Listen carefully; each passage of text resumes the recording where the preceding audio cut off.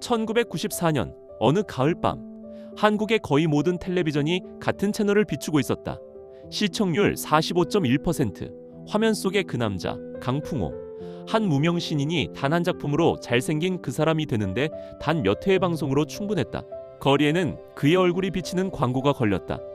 광고, 잡지, 토크쇼, 어린 여자아이들의 노트 표지까지 그의 얼굴은 1994년 한국에서 가장 자주 본 얼굴 중 하나였다. 그러나 그 화려한 시기, 그가 자기 자신을 어떻게 생각하고 있었는지 그는 후일 한 인터뷰에서 직접 고백한다.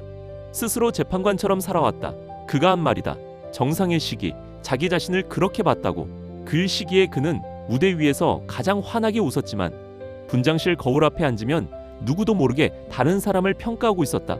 세상의 모든 사람을 자기 잣대로 측정하는 사람, 자기보다 못한 사람과 자기보다 잘난 사람으로 끝없이 사람을 나누는 시선. 그러나 그는 한 가지 사실을 보지 못했다. 재판관 자리에 앉은 사람은 자기 자신을 가장 늦게 본다는 사실을. 시간을 거슬러 1993년, 그는 MBC 22기 공채 탤런트 시험에 합격했다. 영어가 능숙했고 어린 시절을 미국에서 보냈으며 운동된 몸을 가지고 있었다. 그러나 첫 해는 거의 단역이었다. 한 지붕 세 가족에서 작은 역을 맡으며 1년 가까이 무명의 시간을 보냈다. 자기 자신을 특별한 사람이라 생각하고 있던 그 시간에, 그리고 1994년 사랑을 그대 품 안에의 강풍호 역, 시청률 45.1%. 27살의 무명 배우가 단 한 작품으로 한국에서 가장 사랑받는 얼굴 중 하나가 되었다. 그 빠른 속도가 그의 인생에 무엇을 했는지는 한참 후에야 알 수 있었다. 1994년 신인상, 1995년 백상예술대상 인기상, 모든 시상식에서 그의 이름이 불렸다.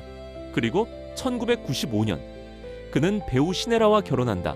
그러나 그녀가 결혼 전부터 그에게 한 가지 약속을 했다는 사실은 한참 후에야 사람들이 알게 됐다. 아이는 한 명만 낳고 나머지는 입양했으면 좋겠다. 결혼 전 그녀가 그에게 한 말이었다. 그는 그 약속을 받아들였다. 그러나 그 약속의 진짜 무게는 한참 후에야 그에게 다가왔다. 1998년 첫째 아들 정민이 태어났다. 가정은 평온했다. 일도 잘 풀렸다. 그러나 그는 여전히 재판관으로 살고 있었다.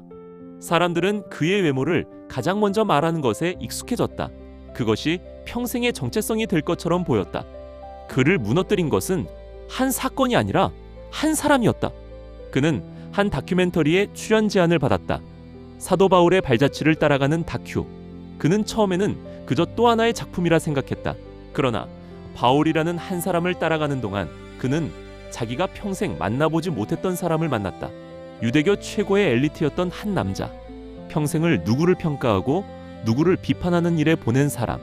그러나 예수님을 만난 후 그의 생애에서 가장 낮아지고 가장 겸손해진 사람. 그 한 사람의 인생이 차인표 자신의 인생 앞에 거울처럼 놓였다. 그는 후일 이렇게 고백했다. 스스로 재판관처럼 살아온 나의 교만이 바울 다큐를 찍으면서 무너져 내렸다. 그리고 시작됐다. 2005년 12월 생후 1개월의 딸 예은이가 그의 가정으로 왔다. 2008년 1월 생후 100일의 딸 예진이가 그 뒤를 이었다. 그것은 프로젝트가 아니라 가족이었다. 사람들이 그에게 자주 물었다. 입양 자녀를 어떻게 키우느냐고.